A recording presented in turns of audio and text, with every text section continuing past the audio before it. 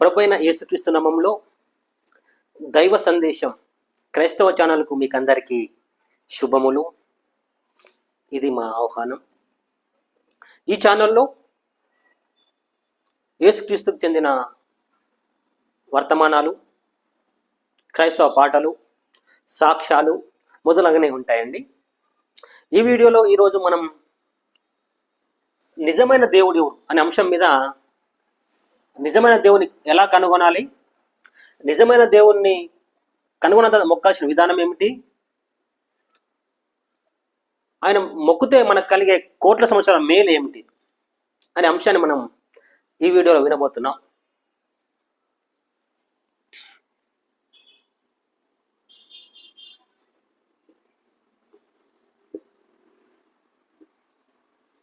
మనం ఒక్క భూమి మీద నివసిస్తున్నాం. భూమి మీద ప్రస్తుతం ప్రపంచవ్యాప్తంగా దాదాపు 850 కోట్ల కంటే ఎక్కువ జనాభా ఉన్నారని చెప్పబడుతోంది. మానవులందరూ రంగులు వేరు, ఎత్తు పొడవు వేరు, కానీ అందరూ ఒక తీరే ఉన్నారు. అంటే అర్థం ఏంటంటే, ఏం చెప్తానంటే, అందరూ 2 కళ్ళు కలిగి ఉన్నారు. ముక్కు, నోరు, తల, వెంట్రుకలు, చేతులు అవన్నీ సేమ్ భూమి ఉన్న మానవులందరూ కలిగి ఉన్నారు. అంతా ఒకటే, అంటే ఒకటే, వేరు లేరు. రంగులు వేరున్నారు, ఎత్తు పొడవు వేరే ఉన్నారు, కానీ మానవులంతా ఒకటే, అంటే స్త్రీ పురుషులుగా ఉన్నారు. అంతటా మానవులు పెళ్లి చేసుకోకపోయినా పిల్లలు కంటూ పెరిగి పెద్దవారు అవుతున్నారు అన్నమాట. ఇది మనకు అందరికి తెలిసిన నిజం. కానీ దేవుడు అనే అంశంకి వచ్చేసరికి ఎంతోమంది దేవుళ్ళు ఉన్నారన్నమాట. ప్రస్తుతం మన దేశంలో 33 కోట్ల దేవతలు ఉన్నారు, 33.5 కోట్ల దేవతలు ఉన్నారని చెప్తున్నమాట. అంటే మన ఒక్క దేశానికి, అది భారతదేశానికి అంతమంది. అంటే ప్రపంచవ్యాప్తంగా దాదాపు 220 కంటే దేశాలు ఉన్నాయన్నమాట. 20 కంటే ఎక్కువ దేశాలు ఉన్నాయి, చిన్న దేశాలు పెద్ద దేశాలు కలిపి ప్రపంచవ్యాప్తంగా 220 దేశాల వరకు ఉన్నట్లు అంచనా ఉంది అన్నమాట. అయితే ఐక్యరాజ్య సమితిలో చేరిన 194 దేశాలు పేర్లు మన దగ్గర ఉన్నాయి. ఈ వీడియో అందిస్తున్న విషయం ఏంటంటే, దాదాపు చాలా మతాలు ఉన్నాయి ప్రపంచవ్యాప్తంగా, చాలా ప్రధానమైన మతాలు ఉన్నాయి. చిన్న చిన్న మతాలు ఇంకా ఉన్నాయి, పేరు మోసిన మతాలు చాలా ఉన్నాయి. ఒక్కొక్క మతానికి ఒక్కొక్క దేవుడు, లేకపోతే చాలా దేవుళ్ళు ఉన్నారన్నమాట. అయితే మనం నేర్చుకోవాల్సిన విషయం ఇది నేను చెప్తుంది అంటే, నిజమైన దేవుడు ఎవరు అంటే, నిజమైన దేవుడు ఒకడు ఉన్నాడు అని బైబిల్ చెప్తుంది. నేను బైబిల్లోంచి చెప్తున్నాను. నిజమైన దేవుడు ఒక్కడున్నాడు. నిజం కాని దేవుళ్ళు మిగిలిన వాళ్ళందరూ నిజం కాని వాళ్ళే అని అర్థం చేసుకోవాలి. మిగిలిన వాళ్ళందరూ నిజం కాదు. అయితే ఒకవేళ ప్రస్తుతం మనం భారతదేశానికి చెందిన కొందరు అంటున్నారు ఏంటంటే, మన దేశపు దేవుడు మనకుండగా వేరే దేశపు దేవుడు మనం ఎందుకు మొక్కాలి అని అంటున్నారు అన్నమాట. అది వాళ్ళు అడిగే ప్రశ్న సరైనది అనుకుందాం. సరైనది కాదా ఆ తర్వాత అంశం. మొదలు సరైనదని అనుకుందాం అన్నమాట. మన దేశం ప్రస్తుతం ఒక భూమిని చూద్దాం. మనం ఇక్కడ ఇది భూమి. ఈ భూమిలో దాదాపు 7 ఖండాలు ఉన్నాయి. దాదాపు కాదు, సరిగ్గా 7 ఖండాలు ఉన్నాయి. ఇంకా చిన్న చిన్న దీపాలు ఉన్నాయన్నమాట. 7 ఖండాలు కలిపి దాదాపు 220 దేశాల వరకు ఉన్నాయన్నమాట. ఎన్ని? 7 ఖండాలు అంటే ఒకటే భూమి. ఎన్ని భూములు ఉన్నాయి? ఒక్క భూమి. ఈ ఒక్క భూమి మీద దాదాపు 220 దేశాలు ఉన్నాయి. 6 ఖండాల్లో దేశాలు ఉన్నాయి. 6 ఖండాలలో వివిధ దేశాలు ఉన్నాయి. 6 ఖండాల్లో ఉన్న దేశాలలో వివిధ మతాలు ఉన్నాయన్నమాట. వివిధ మతాలు ఈ భూమిలో ఉన్నాయి. ఎక్కడ ఉన్నాయి? ఈ భూమిలో ఉన్నాయి.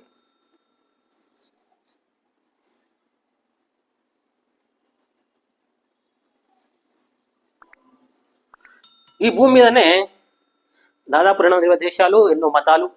మన భారతదేశం కూడా ఈ భూమి మీద ఉంది. అయితే భూమి ఒకటి. మరి దేవుళ్ళు అనబడే వారేమో చాలామంది మతాల మధ్య గొడవలు పెట్టి మతాలతోటి మనుషులను చంపుతా ఉన్నారన్నమాట. ఎందుకు చంపుతున్నారంటే, మా మతం గొప్పది. ఒకవేళ వేరే మతం మన దేశంలోకి వస్తే ఆ దేశం వాళ్ళు వచ్చి మనం పాలిస్తారు. అందువలన మన మతాన్ని మనం కాపాడుకుంటే వేరే వాళ్ళు మన దేశం రాకపోతే మనల్ని పాలించరు. ఒకప్పుడు బ్రిటిష్ వాళ్ళు వచ్చి మనం పాలించి చాలా ఇబ్బందులు పెట్టారు. కనుక క్రైస్తవ మతం కనుక భూమి మీద పెరిగితే, లేకపోతే వేరే మతం మన దేశంలో పెరిగితే మన దేశం ముప్పు అనే ఉద్దేశంతో అలా ఆలోచిస్తూ దేవుడు అనే అంశాన్ని హైలైట్ చేసుకుంటూ, అంటే దేవుడు అనే అంశాన్ని ఏంటంటే వేరే దేశం వాడు మనకు దేవుడు కాదు, మన దేశం వాడే మనకు దేవుడు అనే అంశాన్ని తీసుకొస్తూ చాలా గందరగోళం చేస్తున్న సమయం అనమాట ఇది. ఇటువంటి సమయంలో నిజమైన దేవుడు ఎవరు అన్నది ఖచ్చితంగా కనుగొనాలి. ఒకవేళ నిజమైన దేవుడిని కనుగొనకపోతే జరిగే నష్టం ఏమిటిది అనేది ఈ వీడియోలో మనం విందాం. అయితే ఈ దేశంలో 33 కోట్ల ఎక్కువ మంది దేవుళ్ళు ఉన్నారని చెప్పబడుతుంది. అయితే మనం తెలుసుకునే ముఖ్యమైన విషయం ఏంటంటే భూమి ఒక్కటి. ఎన్ని ఉన్నాయి భూములు? ఒక్కటి. ఆ భూమిలో 6 ఖండాలు, అంటే ఆ భూమే ఒక్క భూమే 6 శాఖలుగా మారిందనమాట. అంటే ఒక చెట్టుకు కొమ్మలు ఎట్లా ఉంటాయో అట్లా చెట్టు ఒకటే, కొమ్మలు వేరువేరుగా పాయలుగా ఇలా విడిపోయి ఉన్నాయో, ఈ కొమ్మ ఒకటి, ఈ కొమ్మ ఒకటి, ఈ కొమ్మ ఒకటి, ఇదంతా చెట్టు ఒకటి విడిపోయింది. అందులో ఇక్కడ మనం చూస్తున్నాం ఒక కాటు, లేకుంటే ఒక ఏమంటారు దీన్ని, ఒక గీత, రెండో గీత, మూడో గీత, అట్లా ఒక్కొక్క దేశం ఇట్లా ఒక్కొక్క ఖండంలో దేశాలుగా ఉన్నారన్నమాట, దేశాలుగా ఉన్నాయి. కానీ ఇవన్నీ ఒకే దానిలోని భాగం. ఈ ఒక చెట్టుకు ఇక్కడ ఒక చెయ్యికి ఎట్లా అయితే 5 వేళ్ళు ఉన్నాయో, 5 వేల్లో ఒక్కొక్క గీత, ఇవన్నీ కలిపి 15 గీతలు ఉంటాయి మనకు తెలుసు. అట్లా ఒక్కొక్క గీతలో ఒక ఖండం అనుకుందాం, ఈ ఒక వేలు ఒక ఖండం అనుకుందాం. ఈ ఖండంలో ఇది ఒక దేశం, ఇదొక దేశం, ఇదొక దేశం అనుకుందాం అట్లా. కానీ ఇవన్నీ ఎక్కడ ఉన్నాయి? ఒకదానికి ఉన్నాయి. అట్లా అప్పుడు ఆలోచన చేయాల్సిన మనిషి, దేవుడు ఒక్కడే ఉండాలనా, లేకపోతే అందరూ ఈ ఈ వేల్లో ఈ భాగానికి ఒక దేవుడు, లేకపోతే కొందరు దేవుళ్ళు, ఈ వేల్లోని గీతలోని ఒక భాగానికి కొందరు దేవుళ్ళు, అలా ఉండాలనా? దేవుడు అనే అంశం ఏమిటిది? దేవుడు అని ఎవరిని అనాలి? అదే మనం నిజమైన దేవుడిని ఎలా కనుగొనాలి అని ఒక అంశం మొదటి భాగంలో మీకు చెప్తున్నాను. నిజమైన దేవుణ్ణి మనం ఎలా కనుగొనాలి? మరి ఇంతమంది భూమిని చేయలేదు, ఇంత భూమి పుట్టలేదు, అసలు దేవుడు ఎట్లా అవుతాడు? మరి ఒక స్టాండర్డ్ అంటూ ఉండాలి, దేవుడికంటూ ఒక స్టాండర్డ్ ఉండాల్సి ఉంది, దేవునికంటూ ఒక స్టాండర్డ్ ఉండాలి. కానీ లేదు, లేని కారణం చేతనే ఇంతమంది దేవుళ్ళు వచ్చారు. కానీ అంతకంటే ముందు ఒకటి తెలుసుకోవాల్సి ఉంది. మానవులు చాలామంది ఎవరు కూడా సరిగా గ్రహించలేని ఒక అంశం ఉంది. ఆ అంశం ఏమిటంటే దేవునికి ఒక శత్రువు ఉన్నాడు, మానవుల మనకు కూడా ఒక శత్రువు ఉన్నాడు. దేవునికి ఒక శత్రువు ఉన్నాడు, మానవులు కూడా మనకు ఒక శత్రువు ఉన్నాడు. కానీ ఇద్దరు కలిపి వేరు వేరు శత్రువు కాదు, ఒక్కడే వాడు. ఒక్క శత్రువే దేవునికి శత్రువుగా ఉన్నాడు, ఒక్క శత్రువే మానవునికి కూడా శత్రువు ఉన్నాడు. దేవుడు పుట్టించినవాడు, ఆ శత్రువు ఎవరు కాదు, దేవుడు పుట్టించినవాడు అన్నమాట. వాడి యొక్క స్థాయి, హోదా అంతా దేవునితో సమానంగా పెరిగిపోయిందంట. అంటే వానికి దేవుడు స్థానం ఇయ్యగా, వాడికి దేవుడు జ్ఞాన వివేకం ఇయ్యగా, వాడు తను తాను హెచ్చించుకొని దేవుణ్ణే ఓడించాలనుకున్నాడు, దేవుని ఓడించలేకపోయాడు. కానీ వాడు పుట్టిన తర్వాతనే మనుషులమైన మనం పుట్టాం. భూమి మీద మనుషులైన వారు దేవుడు పుట్టించాడు, వాడు పుట్టిన తర్వాత. అయితే వాడికి రావాల్సిన స్థానం మానవునికి దొరికింది. వాని తర్వాత జన్మించిన మానవుడికి మానవుని స్థానం ఇవ్వబడ్డది. అందువలన ఈ మానవుని త్రోవ తప్పించాలి అంటే దేవునికి దూరం చేయాలి, దేవునికి దుఃఖం కలగజేయాలి అనే ఉద్దేశంతో వాడు కంకణం కట్టుకున్నాడు. అంటే ఒక పన్నాగం పండుకున్నాడు అన్నమాట. అంటే ముందే మానవుడు పుట్టకొనిపే వాడు ఉన్నాడు, మానవుడు పుట్టిన తర్వాత మానవుని దేవునికి దూరం చేయాలి, దేవుని ప్రణాళిక నెరవేరకుండా చేయాలి అనేది వాని ఉద్దేశం. అందువలన వాడు మొదటి నుండే భూమి మనిషి పుట్టకొనిపే వాడు రకరకాల ప్లాన్లు వేసి ఉన్నాడు. అది ఒకటి మనసులో పెట్టుకొని మనం ముందు సెషన్ విందాం. ఎవరు? మానవుడికి ఒక శత్రువు ఉన్నాడు, అంటే మానవులందరికీ. దేవునికి కూడా ఒక శత్రువు ఉన్నాడు. దేవుడు మన శత్రువును ఎందుకు లయం చేయలేదు? అది ధర్మం కాదనమాట. దేవుడు ఆ శత్రువును లయం చేయకూడదు, అది ధర్మం కాదు.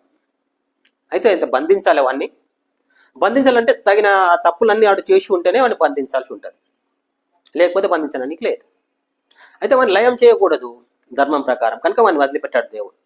అయితే భూమి మీద ఆదాము అవ్వాలని ఇద్దరు జన్మించారని బైబిల్ చెప్తుంది. నేను చెప్తుంది బైబిల్ గురించి. అయితే ఇతర గ్రంథాలు కంటే మన హిందూ దేశ గ్రంథాలు కూడా చెప్తున్నాయి మనిషి ఎలా పుట్టాడని. కానీ నాకైతే ఇంతవరకు నాకు 48 సంవత్సరాల వయసు, కానీ స్పష్టంగా తెలియదు, ఇప్పటికీ నాకు సరిగ్గా తెలియదు. కొందరు చెప్పారు, ఒకళ్ళు చెప్పారన్నమాట ఒక విషయంలో, బ్రహ్మ నుండి కాళ్ళ నుండి కొందరని, భుజాల నుండి కొందరని, శిరస్సు నుండి కొందరని, నడుము నుండి కొందరని, ఆ విధంగా పుట్టారు. అందుకే మన దేశంలో ఇన్ని రకాల కులాలు ఉన్నాయి అని చెప్పారన్నమాట. అది సరైనదిగా లేదు. ఇంకా వేరే మన హిందూ గ్రంథాలు వేరే వేరే రకాలుగా చెప్తున్నాయి. ఒక గ్రంథంలోనేమో ఒక చరిత్రనేమో శివుడు బ్రహ్మ విష్ణువు ఆదిశక్తిని 3 భాగాలుగా చేసి పెళ్లి చేసుకునగా మూడు భాగాల కంటే మూడు ఒక ఆడామెను ఆదిశక్తిని భస్మం చేసి ఆమెను భస్మం చేసిన బూడిదని మూడు భాగాలు చేసి ముగ్గురు ఆడవాళ్ళను వాళ్ళు సృష్టించుకోవడం, బ్రహ్మ విష్ణువు శివుడు. ముగ్గురు ఆడాలను వాళ్ళు పెళ్లి చేసుకోగా లోకం పుట్టిందని ఒక ఉంది అనమాట. అంటే స్పష్టమైన ఒక ఆధారం లేదు, కానీ బైబిల్కి ఒక స్పష్టమైన ఆధారం ఉంది అనమాట. మనిషి ఎట్లా పుట్టాడు, భూమి ఎలా పుట్టింది, భూమి మీద ఎంతమంది దేవుళ్ళు అనేవాడు ఎక్కడి నుంచి వచ్చారని కూడా ఈ బైబిల్ ఆధారాలు ఉన్నాయి. ఇతర గ్రంథాల్లో, మన దేశ గ్రంథాల్లో కానీ ఇంకా ప్రపంచంలో ఇతర మత గ్రంథాల్లో కానీ అటువంటి ఆధారాలు, స్పష్టమైన ఆధారాలు ఇక్కడ కూడా లేవు. సరే, మనం ఇప్పుడు ఏం చేయాల్సింది, నిజమైన దేవుణ్ణి ఎలా కనుగొనాలి, నిజమైన దేవుణ్ణి ఎలా కనుగొనాలి. ఎలా కనుగొనాలంటే సింపుల్, చాలా సింపుల్ అన్నమాట. అతను ఈ భూమి లేనప్పుడు ఉన్నవాడే ఉండాలి. ఎవరు? నిజమైన దేవుడు అనేవాడు ఈ భూమి లేనప్పుడు ఉన్నవాడే ఉండాలన్నమాట. ఆకాశం, ఈ భూమికి అంటే మనం ప్రస్తుతం చూస్తున్న పైన ఆకాశం ఉంది, ఆకాశం లేనప్పుడు ఉన్నవాడే ఉండాలి. సూర్యుడు, చంద్రుడు, నక్షత్రాలు మనం చూస్తూ ఉన్నాం, అవి లేనప్పుడు ఉన్నవాడే ఉండాలి. అతడు మనము నిజమైన దేవుడు అనవచ్చు అనమాట. అతడే. అయితే బైబిల్ చెప్తుంది, ఆదికాండం 1వ అధ్యాయం 1వ వచనంలో, ఆది అందు దేవుడు భూమి ఆకాశములను సృజించెను. బైబిల్ చెప్తుంది, ఆది అందు దేవుడు భూమిని ఆకాశం, అంటే అప్పుడు భూమి లేదంట, ఆకాశం లేదు, అప్పుడు ఆయన ఉన్నాడు. ఉన్నవాడు భూమిని, ఆకాశమును, సూర్యచంద్రులను చేశాడు. తర్వాత ఈ భూమి మీద మనిషిని కూడా పుట్టించాడని బైబిల్ చెప్తుంది. బైబిల్లో మనిషిని ఎలా పుట్టాడని చెప్తుందంటే 2వ అధ్యాయంలో, దేవుడు నేల మంటి నుండి నరుని చేశాడు, నేల మంటి నుండి నరుని చేశాను. అంటే ఏమర్థమవుతుంది, ఈ భూమిని పుట్టించినవాడు నిజమైన దేవుడు, ఆకాశం పుట్టించినవాడు నిజమైన దేవుడు, సూర్యచంద్రుడు పుట్టినవాడు నిజమైన దేవుడు, భూమి మీద మనుషులను పుట్టించినవాడు నిజమైన దేవుడు. ఆయన ఒక్కడు, దేవుడు ఒక్కడు.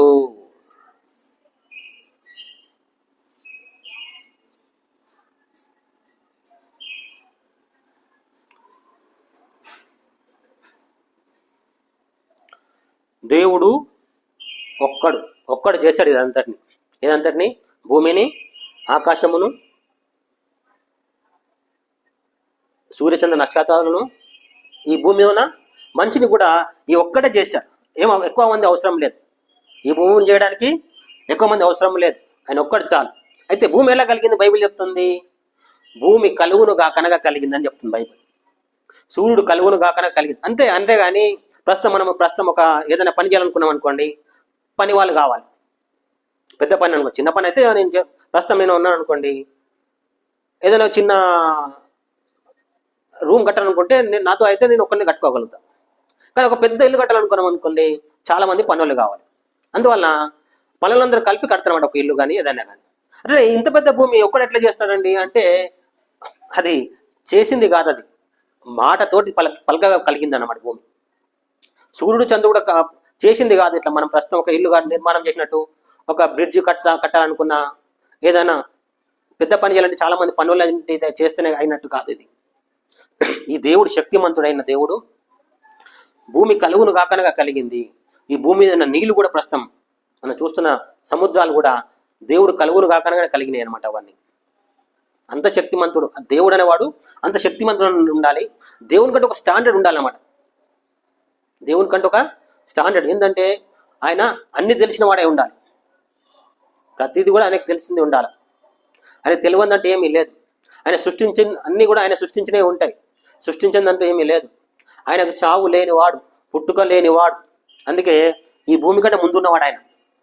అంటే మనలాగా ఆయన పుట్టినవాడు కాదన్నమాట. దేవుడు అనేవాడు ఈ భూమి కంటే ముందుండి భూమిని పుట్టించాడు, భూమి కంటే ముందుండి ఆకాశం పుట్టించాడు, సూర్యచంద్ర నక్షత్రాలను పుట్టించాడు, దాని ఉన్న మనుషులను కూడా ఆయననే.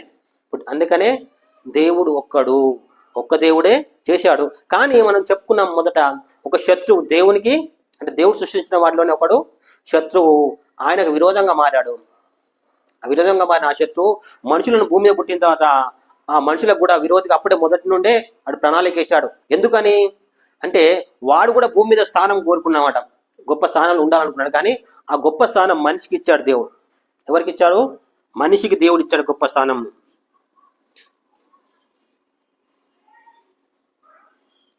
ఈ మనిషికి ఈ భూమి మీద గొప్ప స్థానం ఇచ్చాడు. గొప్ప స్థానం ఏంటిదంటే, భూమి మీద ఏలే అధికారం ఇచ్చాడు మనిషికి దేవుడు. ఆదికాండం 1వ అధ్యాయం 26వ వచనంలో 25, 26, 27 వచనాల్లో ఉంటుందన్నమాట. ఏమనంటే దేవుడు మనిషిని చేసినప్పుడు అతడు భూమిని ఏలాలి అనే ఉద్దేశంతో చేశాడు. అంటే ఏలే అధికారం అంటే దేవుని స్థానం. దాదాపు మనిషికి దేవుని స్థానం ఇచ్చాడనమాట. భూమి మీద ఉండే సమస్తంతోటి మనిషి ఏలేవాడు, సమస్తమును ఏలేవాడుగా ఇచ్చాడు. కనుక ఈ మనిషి గొప్ప స్థానంలో ఉండడం ఈ మానవుల శత్రువుకు ఇష్టం కాలేదు. కనుక ఈ మానవుని దేవునికి దూరం చేశాడు. దేవునికి దూరం చేసి మానవుని స్థానంను ఆ మానవుల శత్రువు సాతాన్ అనేవాడు తీసుకున్నాడు అన్నమాట. అందుకే అది ప్రస్తుతం వాడు భూమి మీద దేవుడిగా చలామణి అవుతున్నాడు. యేసుప్రభు అన్నాడు ఒక చోట, ఈ లోకపు అధికారి వచ్చుతున్నాడు అని చెప్పినమాట. అట్లనే యేసుప్రభు భూమి మీద జన్మించినప్పుడు సాతాన్ అనేవాడు ఆయన యుద్ధకి వెళ్ళి ఏమన్నాడంటే, నువ్వు నాకు మొక్కితే ఈ లోకముల మహిమంతా నీకు ఇస్తానని చెప్పాడన్నమాట. నువ్వు నాకు అని మొక్కితివా, ఈ లోకల మహిమంతా నీకు ఇస్తా. వాట్లా అయ్యాడు దేవుడు అంటే ఈ మనిషి స్థానాన్ని తీసుకున్నాడు వాడు. మనిషికి దేవుడు భూమి మీద అధికారం ఇస్తే సాతాను వారి వద్ద నుండి దొంగిలించాడు సర్పము రూపంలో వెళ్ళి. అది బైబిల్ స్పష్టంగా చెప్తుంది. ఆదికాండం 1వ అధ్యాయంలో, 2వ అధ్యాయంలో, 3వ అధ్యాయంలో మనం చదివితే మనకు అర్థమవుతాం. 1, 2, 3 అధ్యాయాలు మనం చదివితే నేను చెప్పేదంతా మీకు అర్థమవుతుంది. సాతాన్ అనేవాడు ఈ మనిషి వద్ద నుండి తీసుకొని భూమిని ఏలడం మొదలుపెట్టాడు. ఏలుతున్నప్పుడు వాడికి ఉన్న అధికారం వలన చాలా మంది దేవుళ్ళను సృష్టించాడు అన్నమాట. చాలా మంది దేవుళ్ళను వాడు సృష్టించాడు. ఎవరు? మానవుల పగవాడు సృష్టించాడు. ఎవరిని? నిజమైన దేవుని తెలుసుకోనకుండా. అయితే ఎప్పుడైతే ఈ మనిషి దేవునికి కాకుండా సర్పానికి స్థానం ఇచ్చాడంటే ఆయన మాట స్థానం ఇచ్చాడు, అప్పుడు ఈ మనిషి సర్పం యొక్క ఆధీనంలోకి వెళ్ళిపోయాడు. సాతాన్ యొక్క ఆధీనంలోకి వెళ్ళిపోయాడు. ఆధీనంలోకి వెళ్ళిపోయిన వాడిని దేవుడు విడిపించాలి అంటే అంటే ఎలా? నిజమైన దేవుడు కనుగొనాలి ఇప్పుడు ఈ మనిషి అంటే మార్గం కావాల్సి ఉందన్నమాట. ఆ మార్గం యేసుక్రీస్తుగా భూమి మీద జన్మిస్తుందని చెప్పబడ్డది. అయితే చెప్పబడినప్పుడు ఈ మనిషి నిజమైన దేవుని కనుగొనగానే మరలా నిజమైన దేవుని వైపు వెళ్ళిపోవాలంటే పరిహారం చేయాల్సి వచ్చిందన్నమాట. నిజమైన దేవుని మనిషి మరలా వెళ్ళిపోవాలంటే ఈ మనిషి సాతానికి అప్పగించుకున్నాడు. అంటే ఈయనకున్న స్థానాన్ని ఆయనకి ఇచ్చేశాడు. ఎవరికి? సర్పమైన సాతానుకు, లేకుంటే మన పగవాడికి ఇచ్చేశాడు. ఎవరు? ఈ మనిషి అంటే ఆదాము హవ్వలు ఇచ్చేశారు. అయితే ఈ మనిషిని దేవుడు సృష్టించింది ఎందుకంటే, ఇదిగో ఇక్కడ మనం చెప్పాం కదా, కోట్ల సంవత్సరాల మేలు పొందడానికి సృష్టించాడు దేవుడు. కోట్ల సంవత్సరాలు మనం మేలు పొందడానికి అంటే క్షేమంగా ఉండడానికి, ఏ విధమైన బాధ, దుఃఖం, ఇబ్బంది లేకుండా ఉండడానికి మనిషిని దేవుడు సృష్టిస్తే మనిషి సాతానికి అప్పగించుకున్నాడు. సాతానికి అప్పగించుకోగానే ఇక్కడ భూమిలో పరదేశు,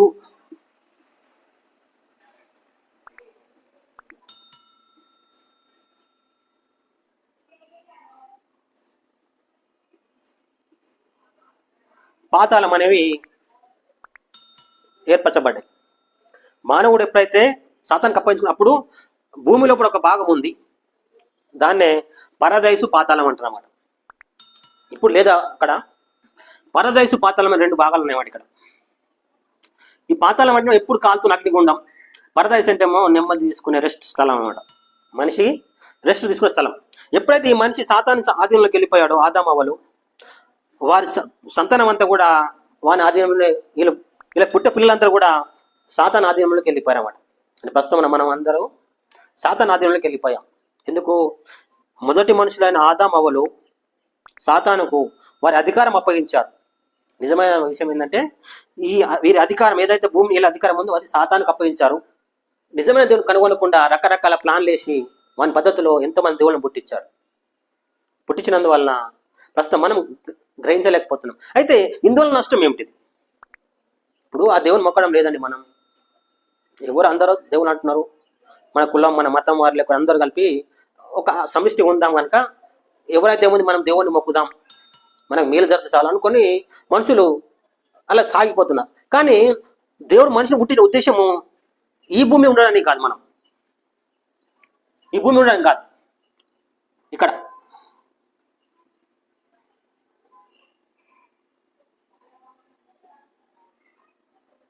ఈ పరలోకం ఉండడానికి దేవుడు పుట్టించాడు. మనం చూస్తాం ఇక్కడ పరలోకం, ఇది భూమి, ఇది పరలోకం. ఈ పరలోకం ఉండడానికి మనిషిని దేవుడు పుట్టించాడు. ఈ భూమి మీద పుట్టిన మనిషి గ్రహింపుగా రావాలన్నమాట. నేను ఎందుకు పుట్టాను ఇక్కడ, నన్ను ఎవరు పుట్టించారు, పుట్టించిన ఉద్దేశం ఏమిటి, మంచి తెలుసుకోవాల్సి ఉంది. మనిషి ఏం తెలుసుకోవాలి? నేను ఎందుకు ఇక్కడ భూమి మీద పుట్టాను, నన్ను ఎవరు పుట్టించారు, నేను చనిపోతున్నాను కదా, మా వాళ్ళు చనిపోతున్నారు, ఇంత మనందరం చూస్తున్నాం, చనిపోతుండగా పుట్టడం చూస్తున్నాం, చనిపోవడం కూడా చూస్తున్నాం. అసలు చచ్చిపోయి ఎక్కడికి వెళ్తాం అనే ఉద్దేశం అయితే మనిషి గ్రహించాల్సి ఉంది. గ్రహించకుండా కూడా మన పగవాడైన సాతాను రకరకాల అబద్ధాలు సృష్టించాడనమాట. రకరకాల అబద్ధాలను సృష్టించాడు. కొందరు అంటే అసలు పుట్టిన తర్వాత ఏం లేదంటే ఎవరు చూసి వచ్చారు అంటారనమాట. భూమి మీద చూసిన వాళ్ళు కూడా ఉన్నారు.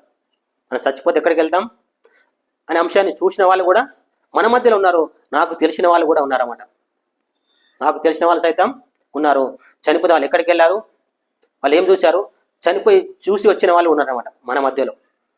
అయితే ఈ దేవుడు మనిషిని ఈ భూమి మీద పుట్టించి ఏం చేస్తుందంటే, బాబు నువ్వు చనిపోతావు, చనిపోతే ఒక నీకు మంచి రాజ్యం ఉన్నది, ఆ రాజ్యానికి వెళ్ళాలి నువ్వు.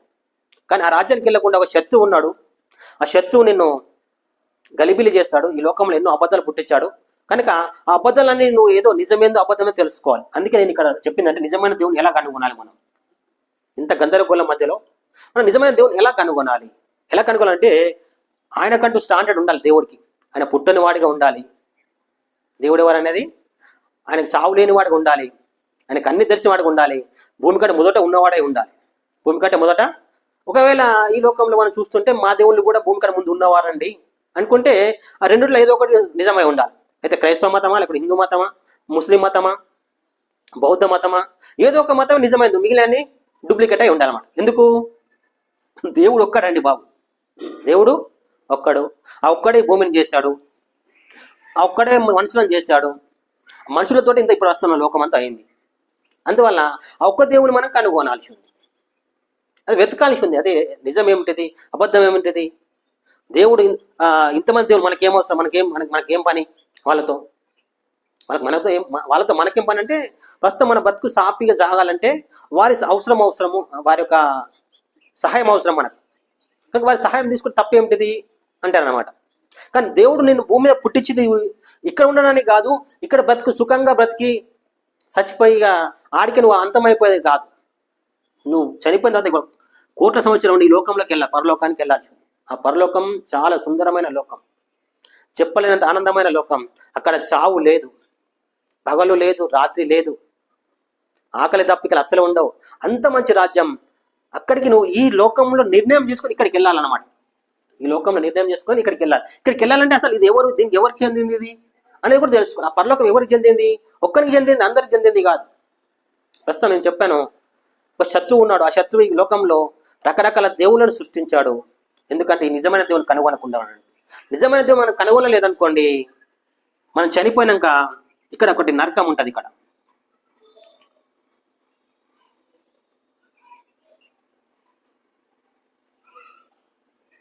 ఈ నరకానికి వెళ్తాం అన్నమాట. నిజమైన దేవుడు మనం కనుగొనకపోతే నరకానికి వెళ్తాం. కొన్ని నిజమైన దేవుడు కనుగొన్న తర్వాత కూడా చాలా మంది నిర్లక్ష్యం చేస్తారన్నమాట.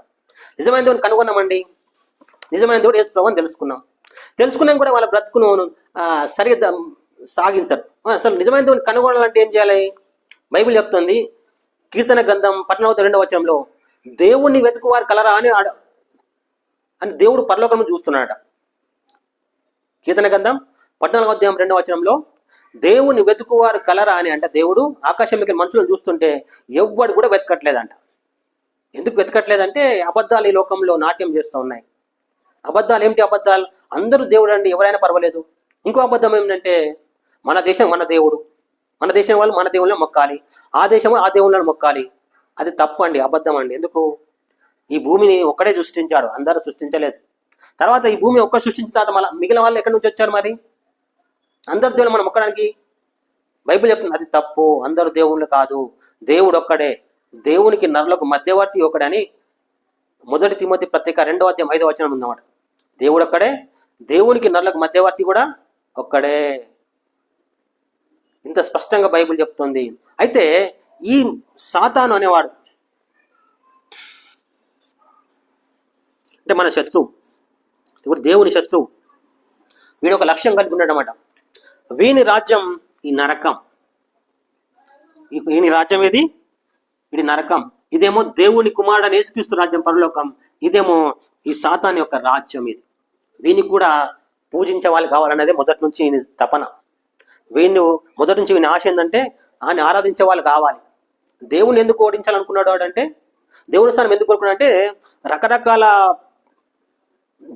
జీవజాతులు, రకరకాల వారు ఈ దేవుడికి మొక్కుతున్నారు. ఆ దేవునికి వెళ్తున్న మహిమను చూసి వాడు ఓర్వలేక ఆ దేవుని స్థానాన్ని కోరుకున్నాడు. దేవుడు అది సాగనీయలేదు. అయితే మనుషులు భూమి మీద పుట్టారు, ఆ మనుషుల ద్వారా పూజలు అందుకోవాలనుకున్నాడు వాడు. అందుకే మనుషులను తోవ తప్పిస్తూ ప్రస్తుతం వాడు పూజలు అందుకుంటున్నాడు. మన ఉద్దేశం ఏంటంటే మానవుల ద్వారా పూజలు అందుకోవాలి. మన ఉద్దేశం అంతా మానవుల ద్వారా పూజలు అందుకోవాలి. ఎప్పటి వరకు? నేను చెప్తున్నాను కదా, కోట్ల సంవత్సరాల వరకు అందుకోవాలనుకుంటున్నాడు వాడు. ఎన్ని సంవత్సరాలు? కోట్ల సంవత్సరాల వరకు. మనం ఎన్ని రోజులు ఉంటాం భూమి మీద? దాదాపు 100 ఏళ్ళు. కానీ చచ్చిపోయినాక మనం కోట్ల ఏళ్ళు బతుకుంటాం. చనిపోయిన తర్వాత కోట్ల సంవత్సరాలు బతుకుంటాం. అయితే నరకంలో లేదా పరలోకం, లేదా ప్రస్తుతం మన దేశ ప్రకారం స్వర్గం అంటారన్నమాట. ఈ స్వర్గం ఒకటే ఉంది, పరలోకం, నరకం కూడా ఒకటే ఉంది, ఇంకా 2 కూడా లేవు. అయితే నిజమైన దేవుని మనం ఎలా మొక్కాల్సిన విధానం ఏమిటి కనుగొన్నాం అనుకోండి. కనుగొనతో ఎట్లా మొక్కాలను బైబిల్ ఏం చెప్తుందంటే, లూకా సువార్త 10వ అధ్యాయం 27వ వచనంలో, మనం పూర్ణ హృదయంతో, పూర్ణ మనసుతో, పూర్ణాత్మతో ఆయన మొక్కాల్సిందన్నమాట. నిజంగా కనుగొంటే పూర్ణ హృదయంతో, పూర్ణ మనసుతో, పూర్ణాత్మతో మొక్కాలి. సగం సగం కాదు అన్నమాట. మనం పూర్ణ హృదయంతో, పూర్ణ మనసుతో, పూర్ణాత్మతో దేవుణ్ణి మొక్కాలి. ఇంకా ఈ దేవుని యొక్క ఆదేశం ఏంటంటే, నిజమైన దేవుని కనుగొన్నావు, కనుగొన్న తర్వాత నియమ నిబంధనలు ఉంటాయి కొన్ని అన్నమాట. అది తెలుసుకోవచ్చు. నిర్గమకాండంలో 23:4 వచనాలు ఉంటుందంటే, నేను తప్ప ఇంకొక దేవుడు నీకు ఉండకూడదు, పైన ఆకాశం అందే కానీ, కింద భూమి అందే కానీ, భూమి కింద నీళ్ళు అందే కానీ ఏ రూపంలో కూడా నువ్వు చేసుకునకూడదు. ఇంకా నిర్గమకాండం 23వ అధ్యాయం 13వ వచనంలో, నువ్వు ఇంకొక దేవుని పేరైనను ఉచ్చరింపకూడదు. వేరొక దేవుని పేరైనా కూడా, వాళ్ళు దేవుళ్ళు కాదు కానీ లోకమంతా అనుకుంటుంది వాళ్ళు దేవుడు అనుకుంటున్నారు. అందువల్ల ఆ దేవుడి పేరు కూడా నీకు ఉచ్చరింపకూడదు, అది పాపము. ఏది పాపం? వేరొక దేవుని పేరు ఎత్తడం కూడా పాపము. నీ మనస వాస కర్మైన కూడా ఒక్క దేవుడే ఉండాలి, ఒక్క దేవుని పేరే తలంచాలి, ఆలోచించాలి. ఒక్క దేవుని ఎలా మొక్కాలంటే పూర్ణ హృదయంతో, పూర్ణ మనసుతో, పూర్ణాత్మతో మొక్కాలి. మొక్కితే మరి నీకు ఫలితం ఏమిటి? అదే కదండి. మరి నిజమైన దేవుడిని కనుగొన్నాం, మొక్కుతున్నాం. ఆయన మొక్కితే భూ సంబంధం కూడా ఫలితాలు ఉంటాయి. ఒక ఫలితం లేకపోవచ్చు. ఎందుకంటే చాలా విచారకమైన ఒక అంశం ఏంటంటే, నువ్వు ఎప్పుడైతే నిజమైన దేవుని కనుగొన్నావో అప్పుడు ఈ భూమి మీద ఉన్న మిగిలిన దేవుళ్ళందరూ నీకు శత్రువులు అవుతారన్నమాట. లెక్కకు బైబిల్ చెప్తుంది, నా శత్రువు నాకు లెక్కకు మీద నా తల వెంట్రుకల కంటే ఎక్కువ ఉన్నారంట. మన శత్రువు ఎంతమంది? మన తల వెంట్రుకల కంటే ఎక్కువ మంది అంట. వాళ్ళు ఎందుకు? నేను నరకంగా తీసుకుపోవాలనే వాళ్ళ ప్రయత్నం. నరకంగా ఎలా వెళ్తావు? తప్పులు పాపాలు చేసినందువల్ల కాదు. తప్పు చేసి పాపం చేసి నరకంకి వెళ్ళడం కాదు. హత్యలు చేసి మానభంగాలు చేసి చనిపోవడం కాదు. నిజమైన దేవుని మొక్కకపోవడం వల్లనే నరకంకి వెళ్తాం. నరకం ఎందుకు వెళ్తాం? మొదటి ప్రధానమైన తప్పు ఏంటంటే, నిజమైన దేవుడు కూడా కనుగొనకపోవడం, కనుగొన్న తర్వాత కూడా పూర్తిగా మొక్కకపోవడమే మన ప్రధానమైన పాపం. దాని తర్వాత నిజమైన దేవుని కనుగొన్న తర్వాత ఇతర దేవులను కూడా మొక్కుతూ, వాళ్ళని మొక్కితే ఏమవుతుంది, వీళ్ళని మొక్కితే ఏమవుతుంది, నిజమైన దేవుడిని మొక్కుతున్నా కదా అనుకుంటే కాదు. పూర్ణ హృదయంతో, పూర్ణ మనసు, పూర్ణత్వతో ఆయన మొక్కుతూనే పరలోకం, లేకపోతే ఈ నిత్య నరకం. ఇది కూడా కోట్ల సంవత్సరాలు ఉంటుంది అన్నమాట. ఈ పరలోకం ఎన్ని సంవత్సరాలు ఉంటుందో ఈ నరకం కూడా అన్ని సంవత్సరాలు ఉంటుంది. ఈయన ఉద్దేశం ఏంటి? సాతాను మానవుల మనల్ని ఆ నరకంలో బాధ పెట్టాలన్నదే వాని ఉద్దేశం. అందుకే వాడు ఎన్నో అబద్ధాలను, ఎన్నో మోసాలను ఈ లోకంలో సృష్టించాడు. ఎన్నో బైబిల్తో సమానమైన గ్రంథాలను ఎన్నో ఈ లోకం మీద రాయించాడు. బైబిల్తో సమానమైన గ్రంథాలు రాయించి అన్ని ఒక చోట మిక్స్ చేశాడు అన్నమాట. వాడు శత్రువులు ఎట్లుంటారో మనకు తెలుసు కదా. అన్ని మిక్స్ చేసి మనం కనుగొనలేకుండా మనం ఆయాసపడేలా, బాధపడేలా చేయడమే శత్రువు పని. అదే ప్రస్తుతం చేస్తున్నాడు. యేసుప్రభువు ఒకవేళ మొక్కితే అంతమంది దేవుళ్ళు అనబడే వారు కూడా మానవునికి శత్రువులుగా మారుతారని బైబిల్ చెప్తుంది అన్నమాట. అయితే ఎప్పుడైతే శత్రువులు మారుతారో అప్పుడు మనకు మేలు జరగడం కష్టం, క్షేమం జరగడం చాలా కష్టం. కానీ క్షేమం జరగకపోయినా, మేలు జరగకపోయినా నిజమైన దేవుడు ఎవరు? ఆయనతోనే సాగాలి ఎప్పటి వరకు? మరణం వరకు. మంచి శ్రేష్టమైన రాజ్యం ఉంది, పరలోకం. ఆ పరలోక రాజ్యం కోసం ఈ భూమి మీద నిజమైన దేవుడు ఎవరు కనుగొని మొక్కుతూ జీవించాలి. అప్పుడు కోట్ల సంవత్సరాలు ఈ పరలోకంలో నీకు మేలు దొరుకుతుంది. మేలు దొరకడమే కాదు, అక్కడ యుగయుగాలు కూడా మనం రాజ్యం వెళ్తామని బైబిల్ చెప్తుందన్నమాట. యుగయుగాలు మనము రాజ్యం వెళ్తామంట. అయితే పరలోకం ఎట్లుంటుంది? చాలా సుందరమైన రాజ్యం, దానికి అంతం లేదు, అది నిత్యం ఉంటుంది అన్నమాట, నాశనం లేదు. అయితే ఈ భూమి ఒకరోజు నశించిపోతుంది. ఈ భూమి అనేది ఒకరోజు నశించిపోతుంది. ప్రస్తుతం మనం చూస్తున్న ఆకాశం, చూస్తున్న సూర్యచంద్ర నక్షత్రాలు కూడా ఒక దినం లయం అయిపోతాయి. కానీ ఈ పరలోకంకి ఎప్పుడూ లయం లేదు, ఈ నరకానికి కూడా ఎప్పుడూ లయం లేదు. నరకం లయం కాదు, పరలోకం కూడా లయం కాదు. కనుక ఈ పరలోకం ఎవరిది? యేసుక్రీస్తుకు చెందింది అన్నమాట. ఎవరికి చెందింది? యేసుక్రీస్తుకు చెందింది. ఎందుకు? ఆయన ఒక్కడికే చెందిందంటే ఆయన ఒక్కడే ఆయన పుట్టించాడు, అది ఆయనకే చెందింది. ఆయన ఎవరు మొక్కుతారో ఆయనకి ఆ రాజ్యంలో పంపిస్తాడు, ఆయనకు చెందింది. మిగిలిన వారికి మొక్కని వారికి ఆ రాజ్యంలో స్థానం లేదు. మిగిలిన వారికి మొక్కని వారికి రాజ్యంలో స్థానం లేదు. ప్రియ సోదరి సోదరుడా, ఇంతవరకు విన్నావు కదా, నిజమైన దేవుడు ఎవరు అంటే యేసుక్రీస్తు. ఎందుకంటే ఆయనకు ఒక స్టాండర్డ్ ఉంది. ఆయన భూమి కంటే ముందున్నవాడు, ఆకాశం కంటే ముందున్నవాడు, భూమిని పుట్టించినవాడు, ఆకాశం పుట్టించినవాడు, మనిషిని పుట్టించాడు. కానీ ఆయన భూమి ఎందుకు పుట్టాడు అంటే మనిషి పాపానికి పరిహారం చేయాల్సి వచ్చింది. అది ఏ మనిషి చేయలేని కారణం చేత ఆ దేవుడు, మనిషిని పుట్టించిన దేవుడే భూమి మీద మనిషిగా పుట్టాల్సి వచ్చింది. మనిషి కోసం చావాల్సి వచ్చింది. చనిపోయి ఏం చేశాడు తెలుసా? ఇది ప్రాంతానికి వెళ్ళిపోయాడు. మనుషులందరూ చచ్చిపోగానే, ఇప్పుడు ప్రస్తుతం కాదు కానీ యేసుప్రభు పుట్టక మునుపు మనుషులందరూ చనిపోయిన ప్రతి వారు ఇక్కడికి వెళ్ళేవాడు అన్నమాట. ఇప్పుడు యేసుప్రభు పుట్టక అంటే క్రీస్తు అంటే ప్రస్తుతం క్రీస్తు ఎప్పుడు పుట్టాడు? 2000 పుట్టాడు అనుకోండి. అప్పటి వరకు భూమిలోనే నరకం, పరదేశం రెండు ఉండేవన్నమాట. ప్రస్తుతం ఇక్కడ చూపిస్తున్న ఈ నరకం ఇక్కడ ఉండేది. ఈ పరదేశం అనేదేమో ఇక్కడికి వచ్చిందన్నమాట. ఇక్కడ పరదేశం, అది పరలోకం. ఈ పరదేశం అనేది ఇక్కడ పెట్టబడ్డది. ఈ పాతాళం అనే నరకం అనేది ఇక్కడ పెట్టబడ్డది.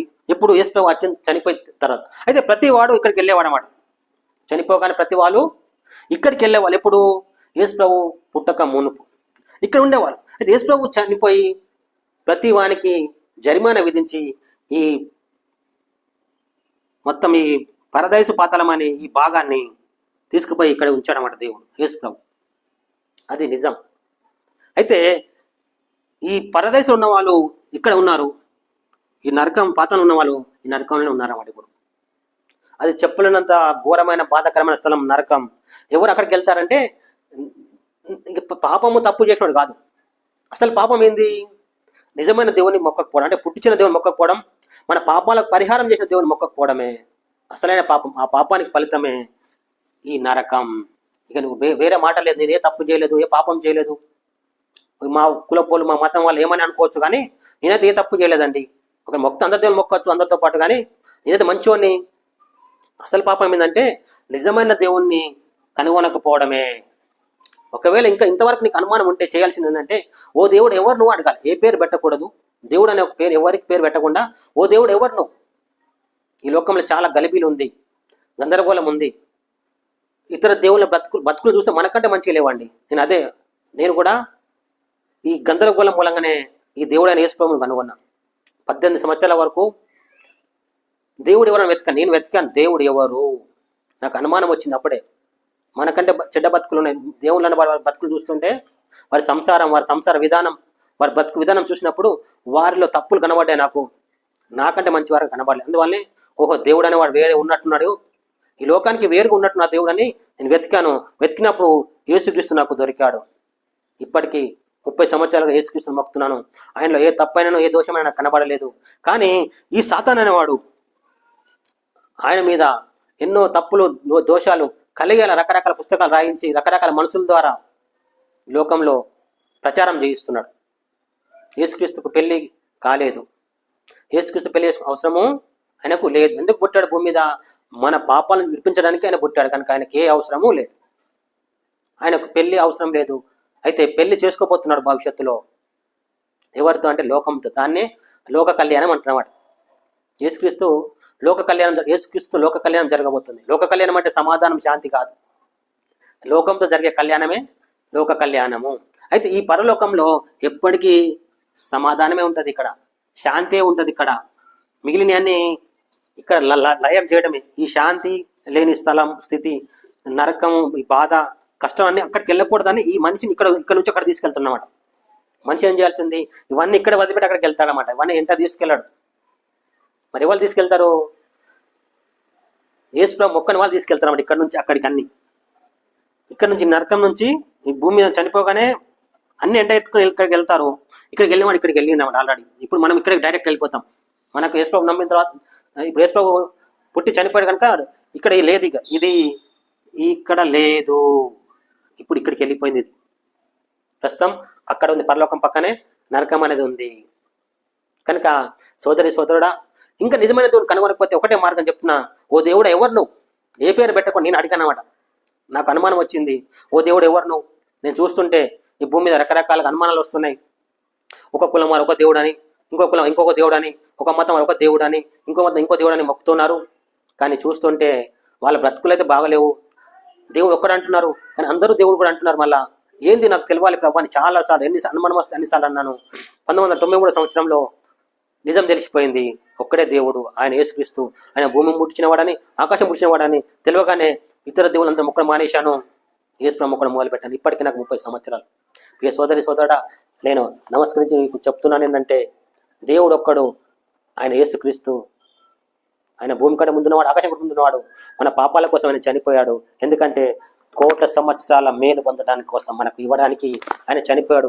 కోట్ల సంవత్సరాల మేలు పొందాలంటే ఈ సాతాన్ అనే వాడికి పరిహారం చెల్లించాల్సి వచ్చింది. అందుకోసం యేసుప్రభువే చనిపోయాడు, పరిహారం చెల్లించాడు. ఇప్పుడు ఎవరైనా నమ్మితే, ఏం నమ్మితే, మన పాపాలకు పరిహారం జరిగిందని నమ్మితే, యేసు మన పాపాలకు చచ్చిపోయి నమ్మితే ఆ పరలోకంకి వెళ్ళే ఛాన్స్, ఈ కోట్ల సంవత్సరాల మేలు పొందడానికి ఛాన్స్ ఉంది.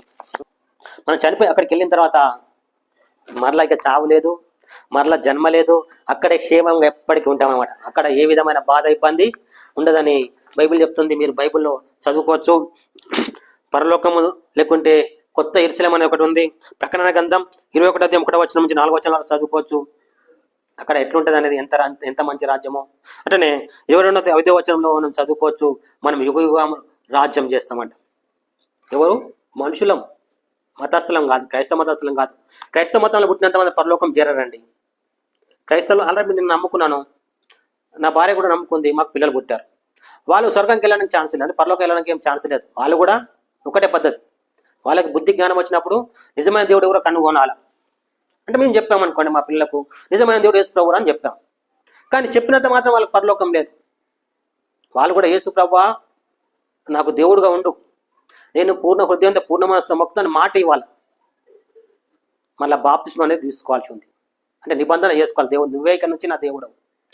అమ్మ నాన్న పుట్టినంత మాత్రం కాదు, క్రైస్తవ మతం పుట్టినంత ఈ పరలోకంకి వెళ్ళరు. అందుకే ఈ మతం ఇచ్చేట ఆ మతంలో కలిస్తే పరలోకం దొరకదు, ఈ దేవుని ఇచ్చిపెట్టి ఆ దేవుడు మొక్కితే పరలోకం దొరకదు. కానీ ఆయన పూర్ణ హృదయంతో పూర్ణ మనసుతో పూర్ణత్వం మొక్కాలి, సగం సగం కాదు. వేరే దేవుని పేరు ఉచ్చరించకుండా బ్రతకాలి. ఒకవేళ అవసరం బట్టి ఉచ్చరించవచ్చు, కానీ వారిని ఉద్దేశపూర్వకంగా ఉచ్చరించకూడదు. దేవుడు అనే ఉద్దేశంతో మొక్కితే అది పాపం. ఆ పాపమే మనిషిని నరకాన్ని తీసుకెళ్తుంది. ప్రియ సోదరి సోదరు, ఇప్పుడు తెలుసుకున్నావు కదా నిజమైన దేవుడు ఎవరు, ఎలా కనుక్కోవాలంటే వెతకాలి. మనం నిజమైన దేవుడు వెతకాల్సి ఉంది. గ్రంథాలు చదవాలి, అవన్నీ వడపోయాలి. దేవుడు ఒక్కడు అనే విషయం ఎలా తెలుస్తుంది మనకంటే, భూమిని ఆకాశం సృష్టించిన వాడే మనిషిని సృష్టించిన దేవుడు అనే విషయాన్ని ఒక స్టాండర్డ్గా తీసుకోవాలి. అంతేగాని మాకు మేలు చేశాడు, మా కులములకు మేలు చేశాడు, మా ప్రజలను కాపాడాడు, ఒకప్పుడు రాక్షసుడు చంపుతుంటే మా ప్రజలను కాపాడడానికి దేవుడు, అది కాదు. భూమి కంటే ముందున్నవాడు, ఆకాశం ముందున్నవాడాలే. ఈ నరకానికి వెళ్ళాలని ఈ సాతాను ప్లాన్ వేశాడు. వాని బారి నుంచి తాపించిన వాడే ఉన్నాడు. అంటే కోట్ల సంవత్సరాలు నరకంలో కాలకుండా కాపాడిన వాడు, దానికి వచ్చిన వాడు యేసుక్రీస్తు. కాపాడడానికి వచ్చిన వాడే ఆ యేసుక్రీస్తుని చెప్పాలి, యేసయ్య నా హృదయంలోకి రా, నా మనసులోకి రా, ఇక్కడ నుంచి బ్రతుకు కాలం మీద నిన్నే మొక్కుతా, ఇతరులను వీలైతే మారుస్తా లేకుండా కానీ తిప్తా లేకుండా కానీ నా మట్టుకు నేను బ్రతుకుతా అని తీర్మానం చేయాలా. బాప్తిస్మం తీసుకు అప్పుడే నిజమైన దేవుని మొక్కినట్లు ఈ కోట్ల సంవత్సరాల మంచి జీవితాన్ని పొందుకుంటావు, లేకుంటే లేదు. దేవుడి కొద్ది మాటలు దీవించును గాక. ఆమెన్. ప్రియ సోదరి సోదరుడా, ఇంతవరకు ఇంకా ఈ ఛానల్ కానీ సబ్స్క్రైబ్ చేసుకోకపోతే దయచేసి సబ్స్క్రైబ్ చేసుకోండి. బెల్ సింబల్ మీద క్లిక్ చేయండి, మీకు కొత్త వీడియోల గురించి నోటిఫికేషన్ వస్తుంది. సోదరి సోదరుడా, దేవుడు మేము దీవించును గాక. ఆమెన్.